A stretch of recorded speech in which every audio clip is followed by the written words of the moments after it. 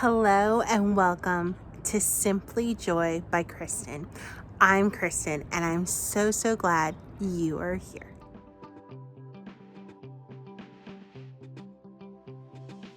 Guess what? It's Maker's Box Week and I am so excited to share with you what I created.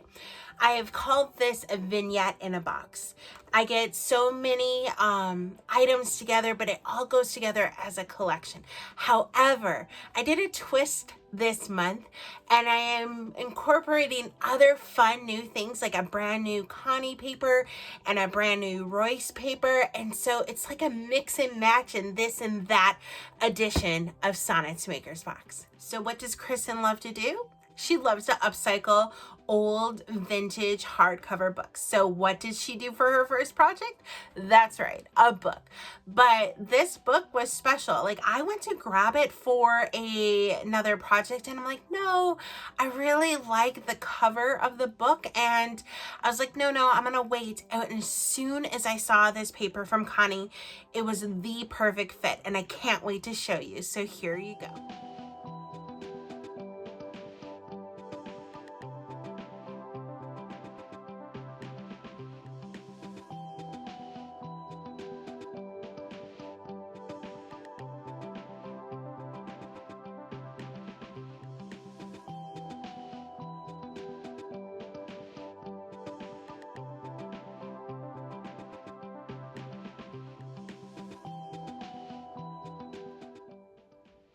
A helpful tip when you are upcycling books, look through them first. Maybe there's some images that you want to save for a future project and tear them out.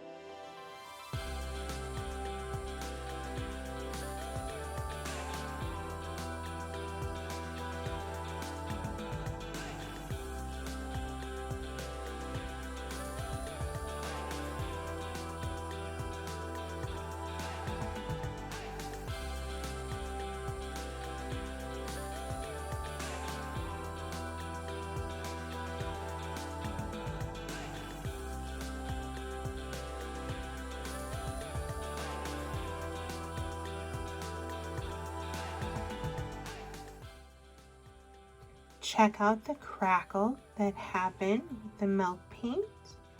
Now it's time to sand.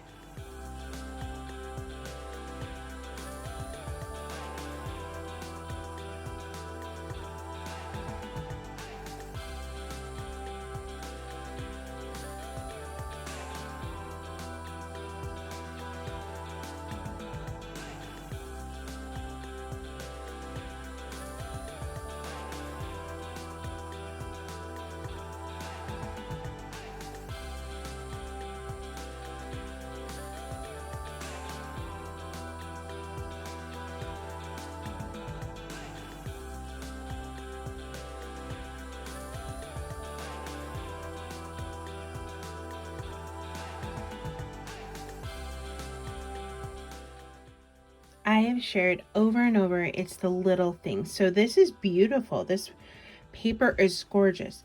But look, just by adding the kindest regards, it gives it so much interest. So again, it's all about the little details and the layers.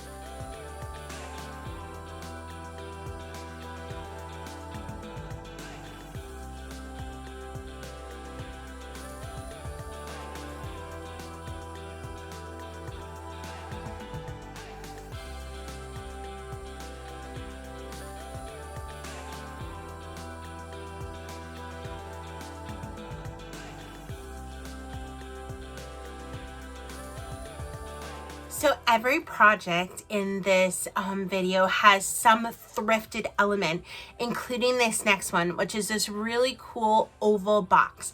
And I have to thank my dad for it.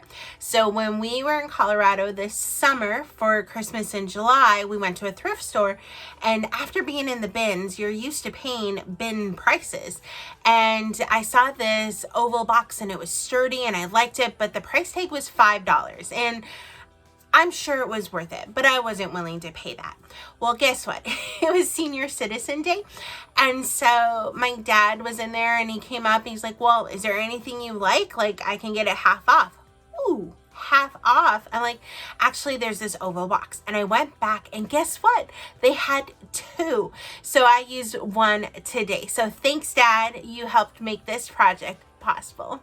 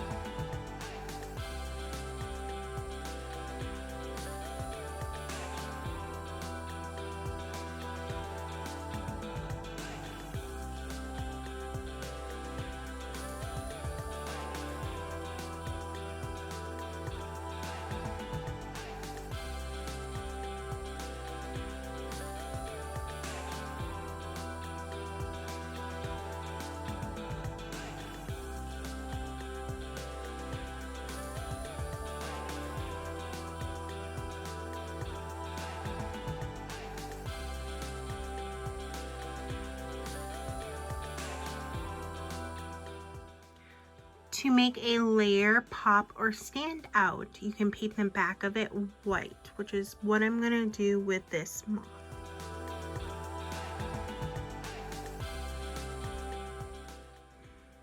So I added the black wax just around the edge. It's so subtle, you almost don't know it's there, but it makes such a difference. And then so how cool is that skull? I know. You'll get to see what I do with it in just a second. But I bought it in Wisconsin at the bins, and I thought it was just the coolest thing. I actually really liked that it was only half a skull.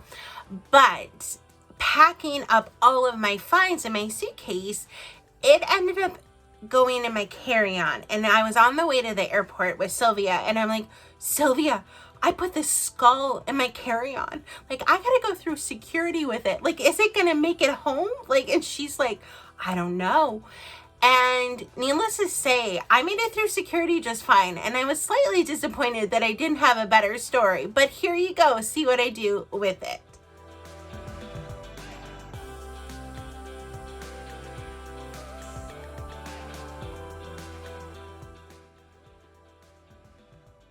Here's the skull update. I have blended prairie gray with the little black dress. And now I'm going to use some other colors and see if I can get a little bit more dimension. And 6 DIY colors, 1 spray mister bottle, and this is where the skull is at.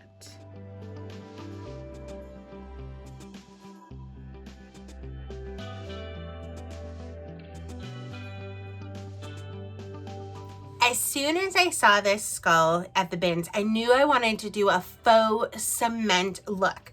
Now I'm going to tell you, I wasn't so sure if I knew what I was doing with blending all the colors, but I'm actually pretty impressed with what I came up with. But anyways, the other night, my husband's like, oh, can I pick it up? Can I look at it? I'm like, yeah, absolutely. He picks it up. He goes, oh, it's light. I thought it was going to be heavier. And I'm like, oh, my goal was to make it a faux cement skull. He goes, I think you achieved it. He was like, not expecting it to be styrofoam. So I think I won in what I wanted to accomplish.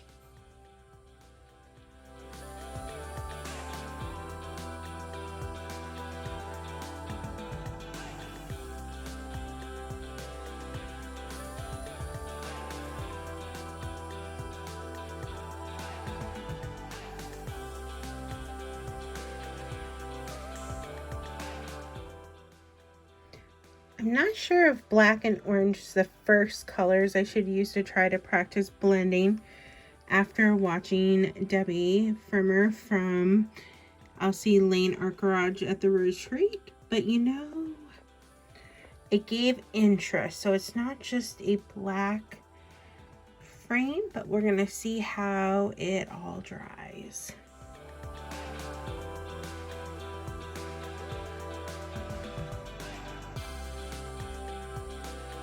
I interrupt your current program for this very special announcement.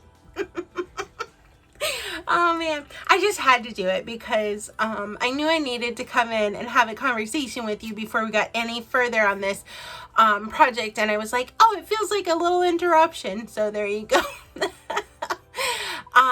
So I had a different image planned. Actually, the rice paper they'll use in the very last project was supposed to go in this frame. And then I had a new idea for that paper. But I didn't want the frame to like go to waste because I used that fire starter that was in the box, you know, and did the blending. I still wanted to show it. And so I was like trying to rack my brain, like, what do I put in it? And then I went through some of the very new designs in Connie's last launch, and I think that this paper was perfect.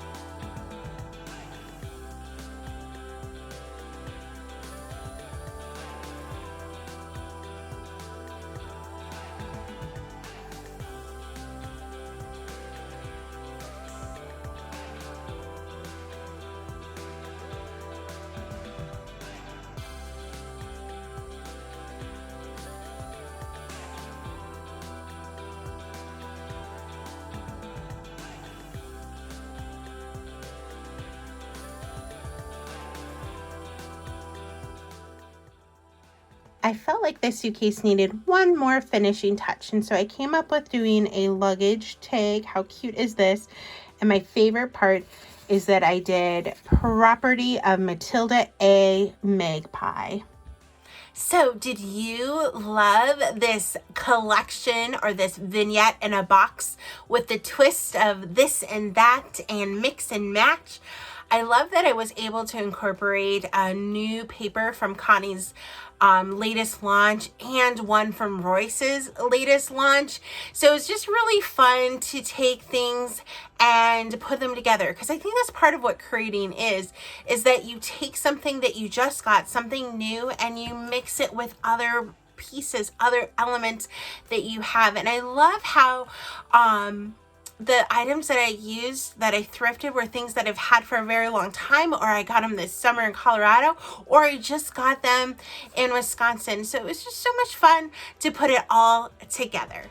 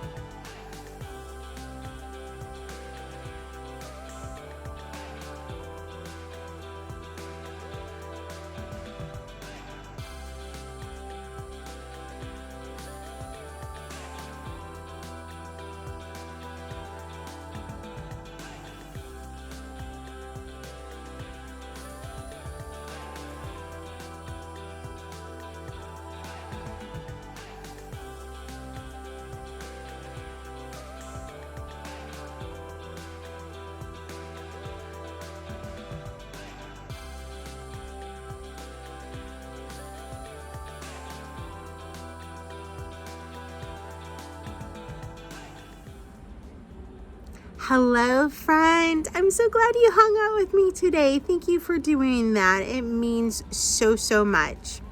So one goal that I've had for myself, actually I probably have had it now for more than 1 year, but for 2024 was to know my stash, like know my inventory, what I have, and to try to use it.